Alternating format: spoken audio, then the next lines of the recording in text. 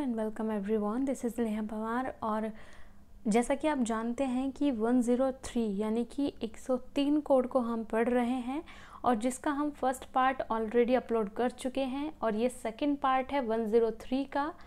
Book का नाम है knowledge organisation and information retrieval. और अब हम सेकंड पार्ट को कंटिन्यू करेंगे और इस सेकंड पार्ट के बाद हम सेकंड यूनिट पर फोकस करेंगे। ठीक है, यहाँ पर आपकी 1 यूनिट कंप्लीट हो जाएगी इस वीडियो के बाद।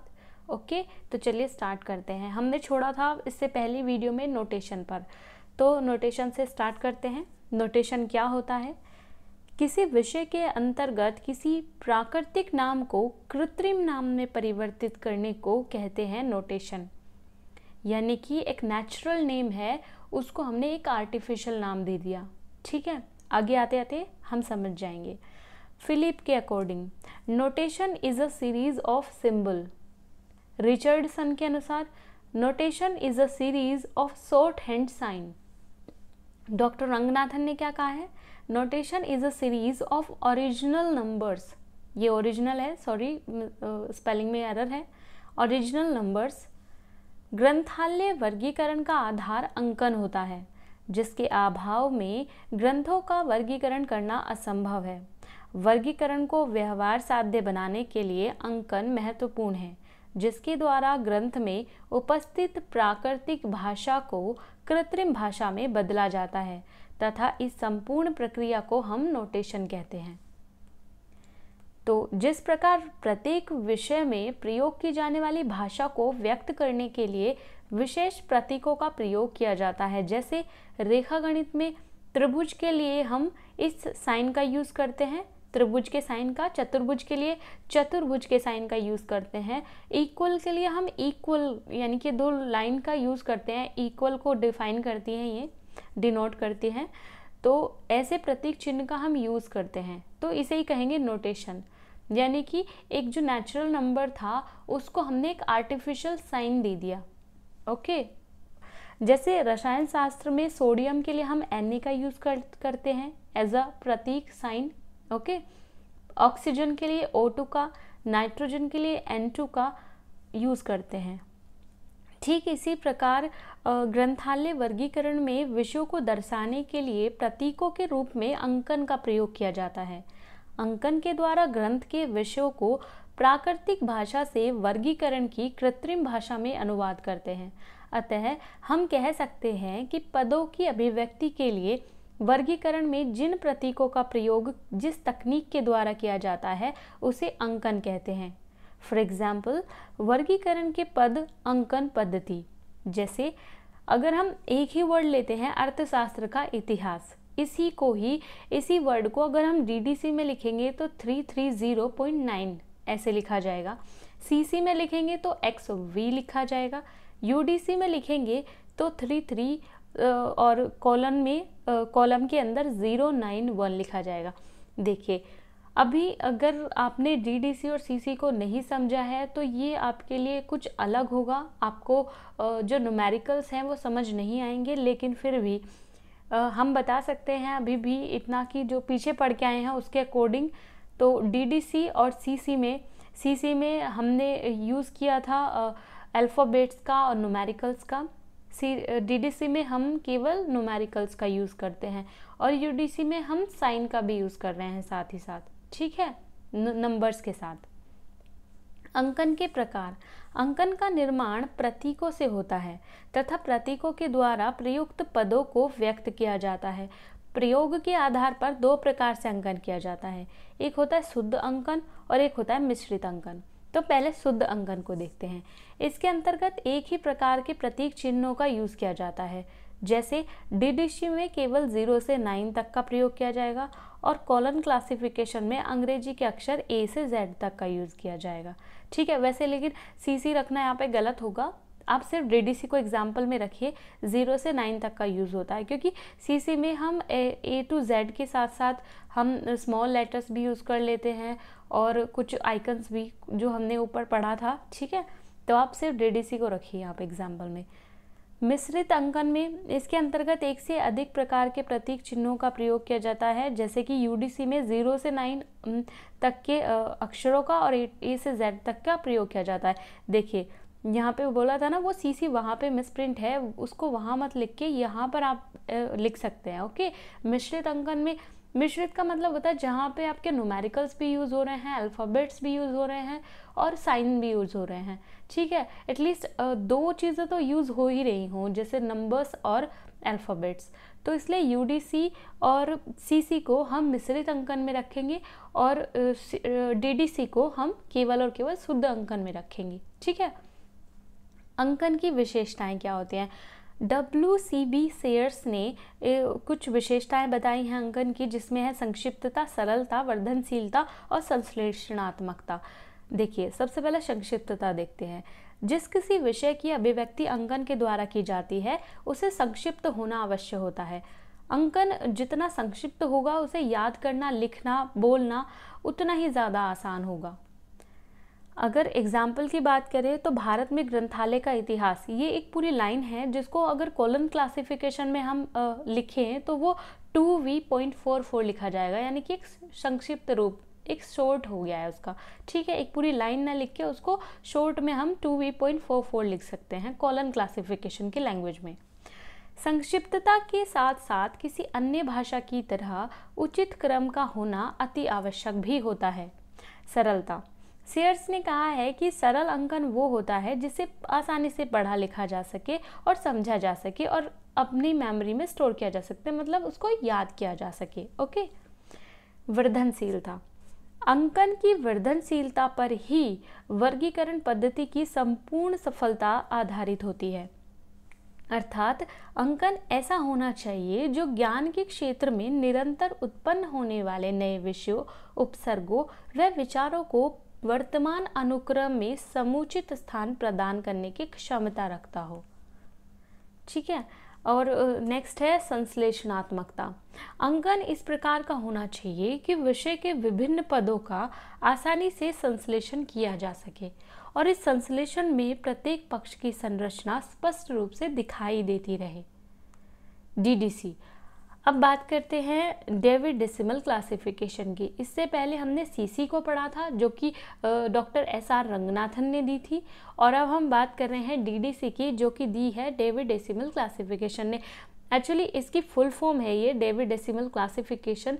इसको जो डेवी है वो मेलविल डेवी का नाम है जिन्होंने इस पद्धति को दिया है, प्रतिपादित किया है। ओके, अब मेलविल डेवी का पूरा नाम क्या है? Melvil Louis Kossuth Dewey. ये हिंदी में गलत लिखा हुआ है, ले आएगा, लेकिन आप इंग्लिश वाले को फोकस करेंगे और उसी के अकॉर्डिंग आप ऐसे लिख सकते हैं, क्योंकि हिंदी में कुछ भी लिखा हुआ आ सकता है, लेकिन आपको अगर स्पेलिंग सही से आती है तो फिर आप उसको सही प्रोनाउंस भी कर पाएंगे और सही लिख भी पाएंगे। ओके, तो मेलविल लुइस कॉसुथ डेवी।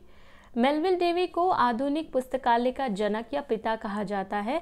इन्हें आधुनिक पुस्तकालय वर्गीकरण का जनक और अमेरिकन पुस्तकालय आंदोलन का पिता भी कहा जाता है।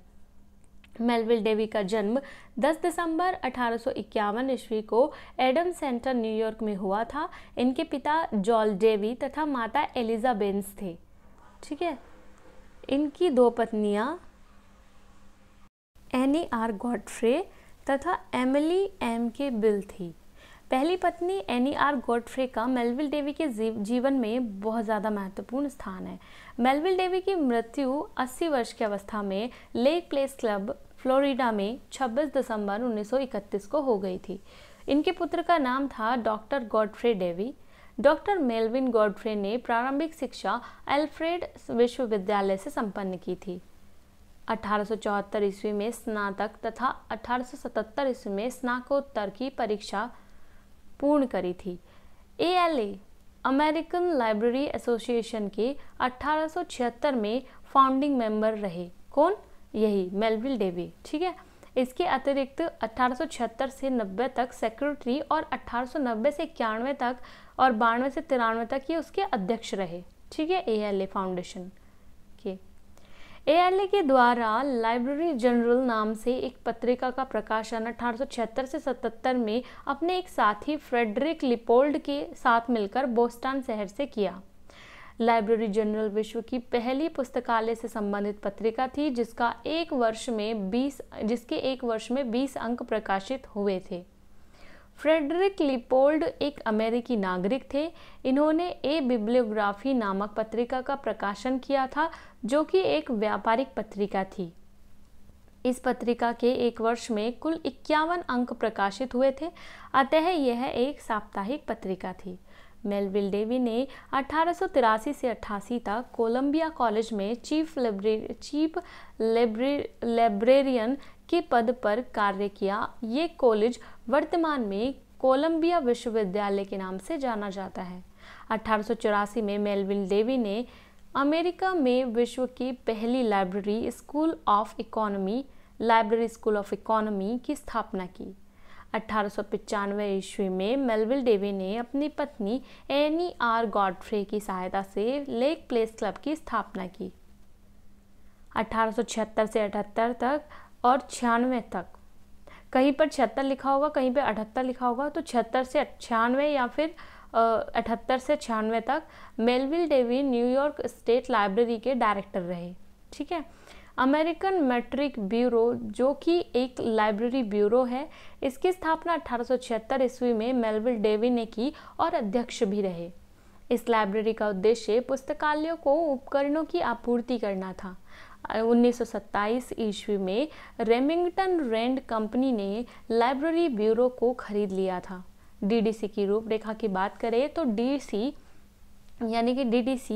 अपनी लोकप्रियता के कारण विश्व के 95% विश्वविद्यालयों में प्रयुक्त की जा रही है। इसका अनुवाद 9 यूरोपीय भाषाओं के अतिरिक्त चीनी, जापानी और मलयालम भाषाओं में हुआ है।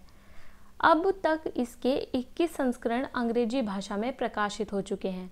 डीडीसी की प्रमुख विशेषताएं सार्वभौमिकता, सरल विस्तारशील अंकन और उत्तम स्मृति संकेत है। मेलविल डेवी ने डेसिमल क्लासिफिकेशन का प्रयोग सर्वप्रथम 1873 से 1876 के मध्य एमहर्स्ट कॉलेज से किया था। प्रथम संस्करण 1876 ईस्वी में प्रकाशित हुआ जिसमें कुल 42 पृष्ठ थे। इसमें 12 पृष्ठों की भूमिका तथा 12 पृष्ठ की 1000 वर्गों की अनुसूची 000 से 900 के दशमलव संख्या से अंकित थी तथा 18 पृष्ठों की सापेक्षित अनुक्रमणिका जिसमें 200 संलेखों का उल्लेख था। 1885 में डीसी का दूसरा संस्करण डॉक्टर जेवी के नाम से प्रकाशित हुआ जो कि संशोधित एवं परिवर्तित था। प्रारंभ से लेकर 1971 ईस्वी तक कुल 18 संस्करण प्रकाशित हो चुके हैं तथा बाद के संस्करणों में संशोधन परिवर्तन काफ़ी बड़ी मात्रा में हो चुके हैं। मेन क्लास ऑफ डीडीसी, हम इन्हीं क्लासेस की बात कर रहे हैं जो ऊपर हमने देखा था कि 1000 वर्गों की अनुसूची 000 से लेकर 900 तक उन्होंने शामिल किया है। तो देख लीजिए ये मेन क्लासेस हैं डीडीसी की। जो न्यूमेरिकल क्वेश्चंस थे जो हमने ऊपर पढ़ा था वो इन्हीं पर बेस्ड होते हैं। ठीक है। सीसी में आपके अल्फ़ाबेट्स किस वर्ग को डिनोट करता है, कौन सा अल्फ़ाबेट उस पर डिपेंड करता है, और क्लासेस में कौन सा नंबर किस वर्ग को डिनोट करता है। ठीक है। जैसे 000 जनरल वर्ग, और इसके बाद 100 यानी कि फिलोसफी और psychology, 200 religion, 300 social science, 400 linguistic, 500 pure science, 600 applied science और technology, 700 fine arts, 800 literature, 900 general geography and history. ठीक है। तो ये 000 से लेकर 900 तक का ऐसे सब्जेक्टिव वर्गों में बांटा गया है इनको। यूडीसी, अब बात कर रहे हैं यूडीसी की।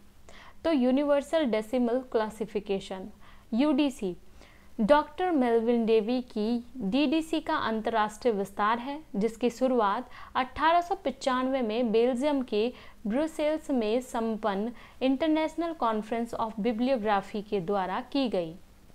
इस पद्धति का निर्माण बेल्जियम के बिब्लियोग्राफर पॉल ऑटलेट तथा हेनरी ला फॉन्टेन ने किया था। इसका प्रकाशन FID अर्थात international federation for information and documentation के द्वारा किया गया। सर्वप्रथम फ्रेंच भाषा में 1905 में UDC का प्रथम संस्करण प्रकाशित हुआ। UDC के केवल 3 संस्करण ही प्रकाशित हुए हैं और अंतिम संस्करण इसका 1961 में प्रकाशित हुआ था। सार्वभौमिक दशमलव वर्गीकरण प्रणाली नाम क्यों रखा गया उसका? क्योंकि ये प्रणाली डेवी की दशमलव प्रणाली के इंटरनेशनल लेवल के रूप में प्रकाशित हुई, इसलिए इसका नाम था सार्वभौमिक दशमलव वर्गीकरण प्रणाली। परिगणनात्मक प्रणाली। UDC में वर्गों के वर्गांक पूर्व निर्मित किए हुए हैं, इसलिए UDC एक परिगणनात्मक प्रणाली है, परंतु इसकी व्यवस्था कुछ पक्षात्मक प्रणाली की तरह भी है, जिसमें वर्गांक बनाते समय पहले विश्लेषण करना पड़ता है और फिर जोड़ना अर्थात संश्लेषण करना पड़ता है, इसलिए एनालिटिकल सिंथेटिक भी कहा जाता है। इसे क्या कहा जाता है? Analytical synthetic. Main class of UDC, जैसे हमने मेन क्लास ऑफ DDC पढ़ा था, ऐसे ही अब main class of UDC। Auxiliaries of UDC में सामान्य एकल के स्थान पर कॉमन ऑक्सिलरीज का प्रयोग किया जाता है। Common auxiliaries of languages, common auxiliaries of form, common auxiliaries of places. Example, Dictionary of Library Science in English Language 02 and bracket में 038 इक्वल 20। ठीक है, यहाँ पर आपको साइन भी यूज किए जाते हैं और न्यूमेरिकल नंबर्स भी यूज किए जाते हैं। ओके, सापेक्षित अनुक्रमणिका, इसमें एक विशेष प्रकार की अनुक्रमणिका प्रयोग की जाती है जिसे सापेक्ष अनुक्रमणिका कहते हैं। इसमें पदों से संबंधित पद तथा वर्गांक भी दाईं ओर दिए जाते हैं। संयोजी चिन्ह। UDC में विभिन्न पदों को जोड़ने के लिए निम्न संयोजी चिन्हों का प्रयोग किया जाता है। Edition, civil engineering and building 625 + 69। देखिए, ये जो दिए गए हैं ये आई नो याद नहीं रख सकता कोई ऐसे, लेकिन इनके लिए बुक्स में से देखकर आपको ये सॉल्व करने आने चाहिए, और वो तभी आएंगे जब आपको न्यूमेरिकल्स करने आते होंगे। और बुक्स से कैसे देखना है, अगर आप ये कोर्स कर रहे हैं तो ऑब्वियसली आपको ये आता ही होगा। ओके, तो हम मान रहे हैं कि आपको ये आता है, उसी के अकॉर्डिंग हम एक फ़्लो में आपको ये पढ़ा रहे हैं, क्योंकि एग्ज़ाम पास है, इतना टाइम नहीं है कि ज़्यादा एक्सप्लेन किया जा सके, लेकिन फिर भी थोड़ा बहुत जो करने की ज़रूरत है वो किया जा रहा है। तो चलिए आगे चलते हैं। इस प्रकार और भी चिन्हों का प्रयोग किया जाता है। मिश्रित अंकन। UDC में शुद्ध अंकन का प्रयोग हुआ है, परंतु अधिकतर मिश्रित अंकन का प्रयोग किया जाता है, जिसके अंतर्गत 10 अरेबिक नंबर और रोमन दीर्घ अक्षरों का प्रयोग किया गया है। स्थानीय भिन्नता। UDC में स्थानीय भिन्नता की सुविधा प्रदान की गई है। मिश्रित वर्गांकों को किसी भी क्रम में रखा जा सकता है, जैसे सिविल इंजीनियरिंग इन एग्रीकल्चर तो 624:63 या 63:624 ऐसे आप लिख सकते हैं, मतलब वही रहेगा सिविल इंजीनियरिंग इन एग्रीकल्चर। कमजोर एवं मजबूत मुख्य वर्ग। मानवीयता से संबंधित विषयों को उतना महत्व नहीं दिया गया है जितना कि साइंस एंड टेक्नोलॉजी को दिया गया है। उपयोग और उपयोगकर्ता। UDC का प्रयोग विश्व के अनेक देशों में हो रहा है, इसलिए इसके उपयोगकर्ताओं की संख्या भी अधिक है और बढ़ती जा रही है। मिल्स महोदय के अनुसार विषय के संगठन और व्यवस्था के लिए UDC अत्यंत उपयोगी वर्गीकरण पद्धति है, परंतु फलकों पर व्यवस्थित करने के लिए ये उतनी उपयोगी नहीं है। UDC एक संपूर्ण वर्गीकरण है जो वास्तविक रूप से सार्वभौमिक है। Rounds and levels. आवर्तन एवं स्तर। किसी भी विषय में फंडामेंटल कैटेगरीज की पुनरावृत्ति हो सकती है, अर्थात PMEST। अतः इस अवस्था में डॉक्टर रंगनाथन ने आवर्तन एवं स्तर की अवधारणा का प्रतिपादन किया है। आवर्तन बोलते हैं राउंड्स को, और देखते हैं आगे राउंड्स क्या होता है।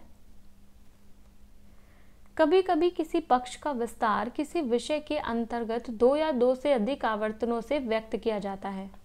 फॉर एग्जाम्पल, चिकित्सा शास्त्र के मुख्य वर्ग में ऊर्जा पक्ष की आवृत्ति 2 बार हो गई है, जो कि प्रथम आवर्तन में मनुष्य का रोग तथा द्वितीय आवर्तन में उसके उपचार और निवारण निश्चित किए गए हैं। सेकेंड राउंड पर्सनालिटी के लिए हम 2P का यूज़ करेंगे, थर्ड राउंड पर्सनालिटी के लिए हम 3P का यूज़ करेंगे, साउंड और सेकेंड राउंड मैटर के लिए हम 2M का यूज़ करेंगे और थर्ड राउंड मैटर के लिए हम 3M का यूज़ करेंगे।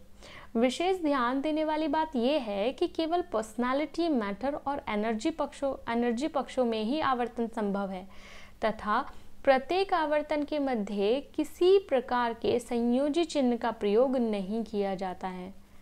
सब्जेक्ट: माध्यमिक स्कूलों में बीजगणित की शिक्षण पद्धति, इसको हम अगर डिनोट करें UDC में तो वो लिखा जाएगा T2:3B2, ठीक है।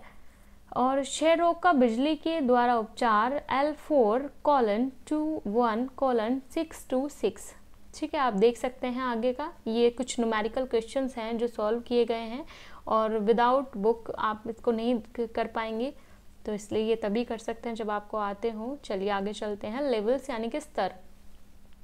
पहले हमने राउंड्स पढ़ा था, आवर्तन, अब पढ़ रहे हैं लेवल्स यानी कि स्तर की बात। व्यक्तित्व, पदार्थ, देश तथा काल की अभिव्यक्ति किसी विषय के अंतर्गत एक आवर्तन में एक से अधिक बार अथवा 2 या 2 से अधिक बार स्तरों पर हो सकती है। एक इस प्रकार की अभिव्यक्ति को उस पक्ष का स्तर कहते हैं। किसी भी विषय को व्यक्तिगत पक्ष की द्वितीय और तृतीय स्तर की अभिव्यक्तियां क्रमशः 3 प्रकार से होती हैं। Second level personality P2, third level personality P3, fourth level personality P4, third level matter M3। इसी प्रकार देश और काल की अभिव्यक्तियों के साथ भी ऐसा होता है। स्तर की कोटि के संबंध में एक विशेष ध्यान देने वाली बात है कि एक मूल श्रेणी को साथ साथ रखना चाहिए। एग्जाम्पल के लिए CC के मुख्य वर्ग साहित्य में व्यक्तित्व के प्रथम आवर्तन में 4 स्तर की अभिव्यक्ति होती है, अतः उस मुख्य वर्ग का पक्ष परिनियम निम्नांकित है: O, P, P2, P3, P4, ठीक है। और P मतलब भाषा, P3 लेखक, P2 रूप, P4 कृति, ठीक है। ये जो है एक ही चीज़ से, एक ही सब्जेक्ट से रिलेटेड है, लिटरेचर से, इसलिए यहाँ पर ऐसे लिखा गया है, इनको ही P करके P1, P2, P3, P4 ऐसे माना गया है। ओके। पर्सनालिटी पक्ष के स्तर, ये पर्सनालिटी है, P मीन्स पर्सनालिटी। मूलभूत श्रेणी E ऊर्जा में स्तर की अभिव्यक्ति का प्रश्न ही नहीं उठता है, क्योंकि ये केवल आवर्तन में ही उत्पन्न होता है तथा मूलभूत श्रेणी M पदार्थों का स्तरों का प्रयोग भी नहीं किया गया है। CC के मुख्य वर्ग लिटरेचर, लिंग्विस्टिक, जर्नल, बिब्लियोग्राफी और लॉ में P व्यक्तित्व पक्ष के एक ही आवर्तन में 4 स्तरों पर अभिव्यक्ति की गई है। For example, Hindu law of award partition in session cases. Space and time पक्षों के स्तर पर स्पेस पक्ष के लिए एकल संख्या प्राप्त करने हेतु पृष्ठ 2.7 पर सारणी दी गई है। इन्हें अपने संयोजी चिन्हों से जोड़ा जाता है। एक्चुअली बुक से लिखा गया है तो बुक की बात हो रही है, वो इसको इग्नोर करिएगा। एग्जाम्पल है यहाँ पे physical geography of mountains, climates of Rajasthan during summer. ग्रंथ वर्गीकरण का तात्पर्य, ग्रंथ वर्गीकरण क्या है, ठीक है, इसको अच्छे से समझेंगे। Meaning of book classification. ग्रंथालय वर्गीकरण की दृष्टि से WCB सेयर्स ने ग्रंथों की अन्य विशेषताओं में 2 बातों को निर्दिष्ट किया है: आंतरिक रूप और बाह्य रूप। अन्य विधियां लेखक चिन्ह अथवा ग्रंथाकार संख्या, बिस्को संख्या और कटर समंक, बिस्को समंक तथा कटर समंक आदि का प्रयोग पुस्तकों को पृथक्करण संख्या प्रदान करने के लिए किया जाता है। डॉक्टर रंगनाथन ने इनको मान्यता प्रदान करते हुए ग्रंथालय वर्गीकरण को 3 पक्षों में विभक्त किया है। नॉलेज क्लासिफिकेशन, इसे क्लास नंबर भी कहते हैं। बुक क्लासिफिकेशन, इसे बुक नंबर भी कहते हैं।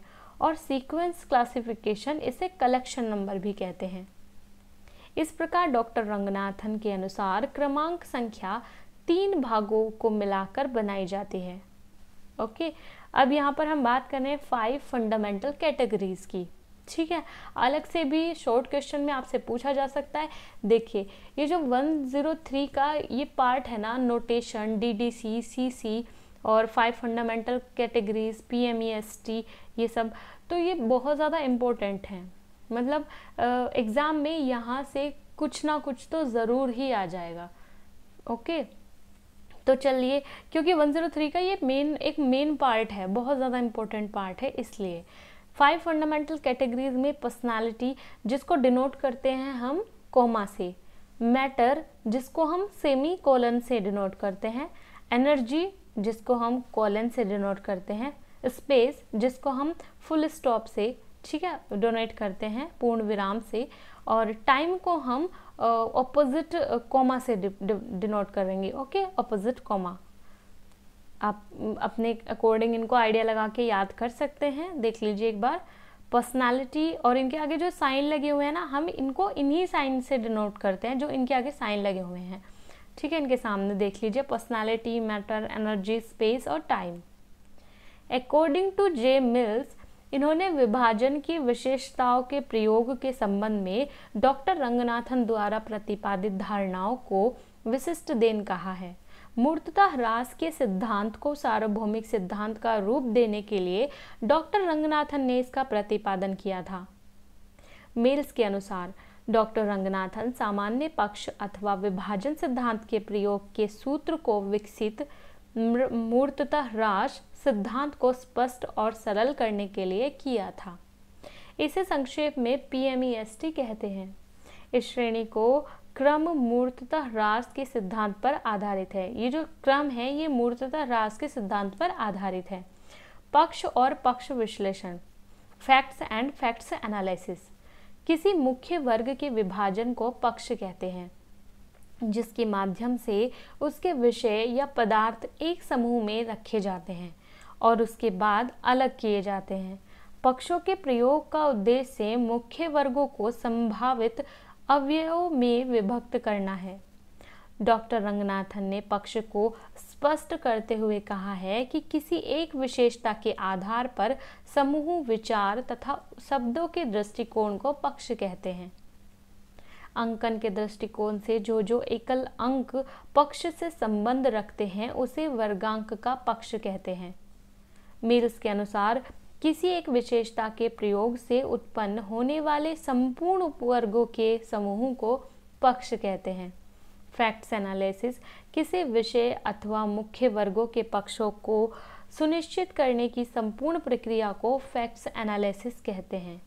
ठीक है, मिल्स के अनुसार, मिल्स ने क्या डेफिनेशन दी है, किसी विषय विभाजन की प्रथम समस्या में जिस विशेषता का प्रयोग होता है उस विशेषता के प्रयोग से ही पक्ष की प्राप्ति होती है, जिसे हम फैक्ट्स एनालिसिस कह सकते हैं।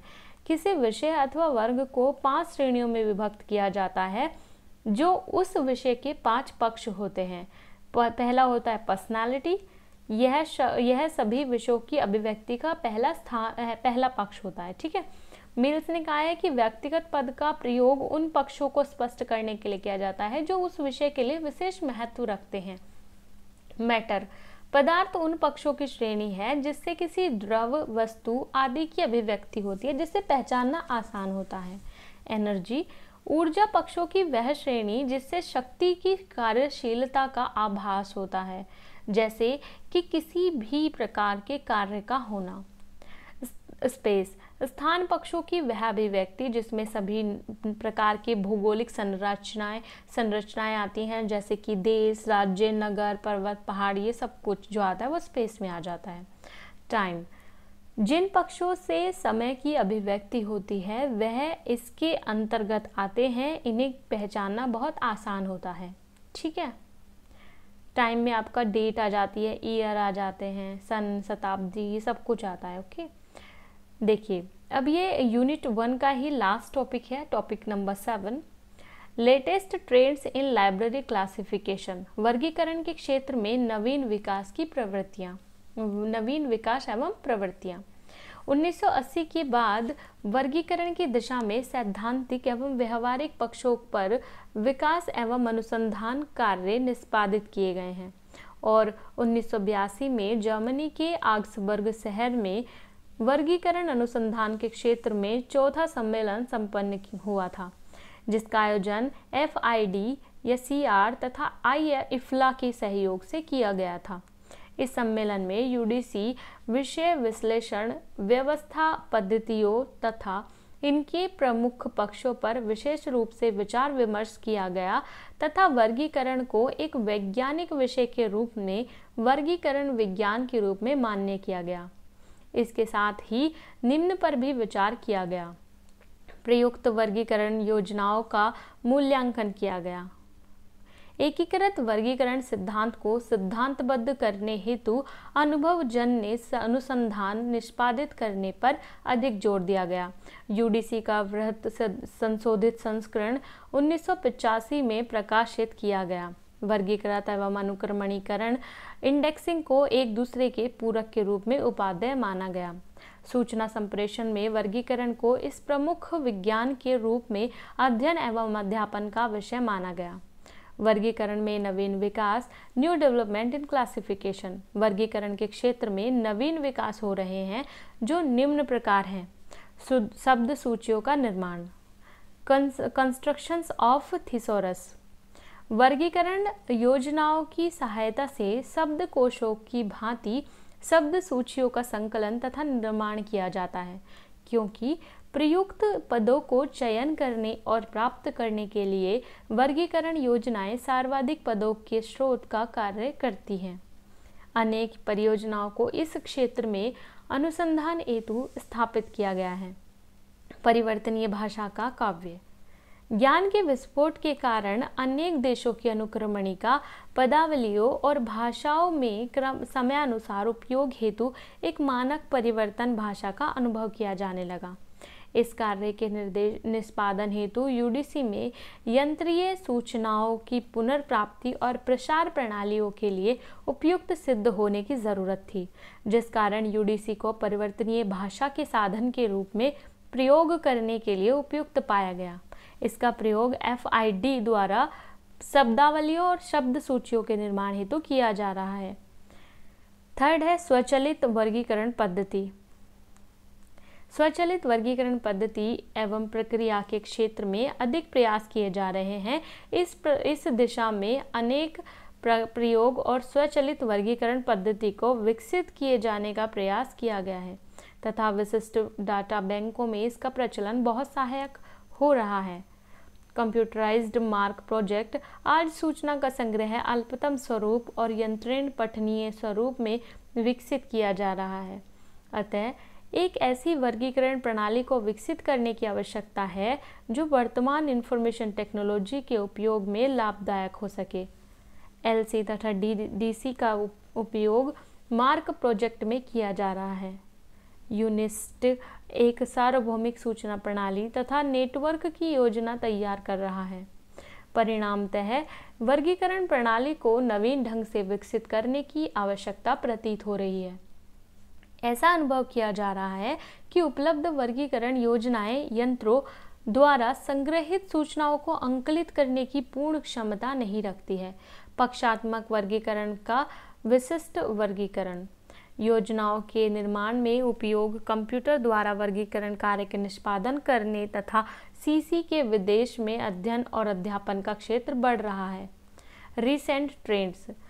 वर्गीकरण के क्षेत्र में नवीन एवं प्रमुख ट्रेंड्स को सुनिश्चित करने हेतु अनेक सर्वे संपन्न किए गए हैं, जिनमें निम्नांकित ट्रेंड्स आभास होते हैं। UDC का अधिकाधिक उपयोग। UDC के उपयोग करने की प्रवृत्ति दिनों दिन बढ़ रही है। LC एवं DDC के उपयोग एवं अनुप्रयोग में वृद्धि। ब्रिटेन में SC का उपयोग कम होता जा रहा है और उसके स्थान पर DDC का CC का उपयोग कम होता जा रहा है और उसके स्थान पर DDC का निरंतर बढ़ता जा रहा है। वर्गीकरण तथा इंडेक्सिंग पद्धतियों का मानकीकरण। वर्गीकरण तथा तत्संबंधित विषयों में अनुसंधानों पर अधिक जोर दिया जा रहा है। आधुनिक सूचना प्रौद्योगिकी का वर्गीकरण पद्धति पर प्रभाव। विषय रचना एवं निर्माण की विधियों का प्रादुर्भाव। एलसी के आयोग के संबंध में एक सर्वेक्षण यूएसए में 1975 में किया गया था। इसमें कॉलेजों तथा विश्वविद्यालयों के पुस्तकालय में एलसी के उपयोग की प्रवृत्ति बढ़ती हुई गई है। 1967 से 71 की अवधि में एलसी का उपयोग सभी प्रकार के ग्रंथालयों में किया जाता था, लेकिन 3 प्रकार के ग्रंथालयों में डीडीसी का उपयोग एलसी की अपेक्षा बढ़ गया है। ग्रेट ब्रिटेन में सार्वजनिक ग्रंथालयों में एलसी का उपयोग किया जाता है, लेकिन वे अब डीडीसी का उपयोग ज़्यादा करते हैं, जिसका मुख्य कारण डीडीसी का अप टू डेट होना है। डीडीसी का उपयोग सभी देशों में विशिष्ट ग्रंथालयों में निरंतर बढ़ता जा रहा है। पत्र लेखन एवं सूचना केंद्रों में इसका उपयोग अधिकाधिक किया जा रहा है। केंद्रीयकृत वर्गीकरण की दिशा में ट्रेंड्स बढ़ रहे हैं। एलसी मार्क प्रोजेक्ट तथा बीएनबी ब्रिटिश नेशनल बिब्लियोग्राफी वर्गीकरण की दिशा में अत्यधिक सक्रिय होती जा रही है। परिणामतः वर्गीकरण एवं इंडेक्सिंग के क्षेत्र में मानकीकरण की प्रवृत्तियां अधिक बढ़ती जा रही हैं। वर्गीकरण आकलन पद्धति विशिष्ट प्रकार की बिब्लियोग्राफी सूची हेतु अधिक उपादेय होने के कारण वर्गीकरण का उपयोग अधिक बढ़ता जा रहा है, जिसके लिए वर्गीकरण सूचना योजनाओं को विकसित एवं निर्मित करने की दिशा में ध्यान दिया जा रहा है।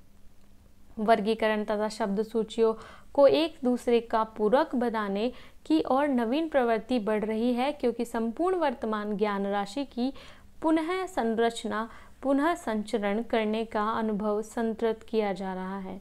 ऐसा भी अनुभव किया जा रहा है कि वर्गीकरण प्रणालियों में तत्वों की ज्ञान की इकाइयों के रूप में मान्य किया जाना चाहिए। इनके विश्लेषण के द्वारा प्रथमतः उनके अवधारणात्मक संबंधों को निर्धारित कर शब्द सूचियों और वर्गीकरण प्रणाली को निहित करना चाहिए। वर्गीकरण और इंडेक्सिंग एक दूसरे की पूरक प्रक्रियाएं एवं कार्य के वर्गीकरण से ज्ञान के तत्वों के संबंध का ज्ञान होता है और इंडेक्स नवीन पदों नामों द्वारा स्पष्ट करता है। ऐसी अवधारणा वर्गीकरण और इंडेक्सिंग के क्षेत्र में जर्मनी में देहलबर्ग की देन मानी जाती है। ऐसा अनुभव हो रहा है कि आजकल यंत्रों द्वारा संग्रहित सूचना के आंकलित करने की प्रचलित कोई भी वर्गीकरण पद्धति पूर्ण क्षमता नहीं रखती है, लेकिन संशोधन के कारण एलसी तथा डीडीसी का वर्चस्व बना रहेगा। यूडीसी का प्रयोग भी विशिष्ट ग्रंथालयों में बढ़ता जा रहा है। सीसी का नवीन 6th संस्करण कठिनाइयों के कारण न हो तो ग्रंथालय में इसका उपयोग किया जा रहा है और न ही अभी तक कंप्यूटराइज्ड क्लासिफिकेशन हेतु ही इसकी उपयोगिता दिखाई पड़ रही है। तो यहाँ पर ये हमारा फिनिश होता है यूनिट 1। तो जैसा कि आप जानते हैं कि कल हम 103 की सेकंड यूनिट को कंप्लीट करेंगे और एटलीस्ट स्टार्ट तो कर ही देंगे। अब कंप्लीट होगी या नहीं पता नहीं, कितनी लंबी है कितना मैटर है उसमें वो देख कर ही पता चलेगा कि उसके 2 पार्ट्स बनाने हैं या एक ही पार्ट में उसको फिनिश करना है। देखिए ज़्यादा एक्सप्लेन नहीं कर पा रही हूँ किसी भी चीज़ को, क्योंकि ज़्यादा टाइम नहीं है हमारे पास और एग्ज़ाम पास में है। तो आज के टाइम में क्योंकि जो ये सीसीएस यूनिवर्सिटी का सिलेबस है ना BLIS का, उसका सिलेबस ही बहुत मुश्किल हो जाता है मिलना कम्प्लीटली, क्योंकि बहुत ज़्यादा टिपिकल हुआ हमें भी ढूंढने में। बहुत सारे क्वेश्चंस ऐसे हैं जो अब भी शायद नहीं मिल पाए हैं। ज़्यादा नहीं वैसे 1-2, क्योंकि काफ़ी टाइम से 1-2 साल ही हो गया इनको करते हुए, तो इसलिए बहुत सारा मैटर कंप्लीट हो चुका है। ठीक है, आपको जो भी मैटर दिया जा रहा है उसको आप अच्छे से पढ़ लीजिए, क्योंकि अगर आपको कुछ समझ नहीं आता है तो आप कमेंट कर सकते हैं, ठीक है। लेकिन अगर आप सक्षम हैं खुद समझने में तो आप वीडियो को पॉज कीजिए, खुद से पढ़िए और खुद से समझिए, क्योंकि मैंने कोशिश की है जहाँ तक कि खुद के नोट्स से ना लेके बुक्स से या इधर उधर से लिया जाए, ताकि आपके लिए रिलायबल हो। आपको लगे कि हाँ वो एकदम एक्यूरेट है और उसको लर्न करना चाहिए। तो इसलिए आप ध्यान रखिएगा, और जो भी आपको कुछ पूछना हो, कुछ क्वेरी हो तो बिल्कुल पूछ लीजिएगा। तो चलिए मिलते हैं फिर नेक्स्ट वीडियो में। Thank you so much and have a good day.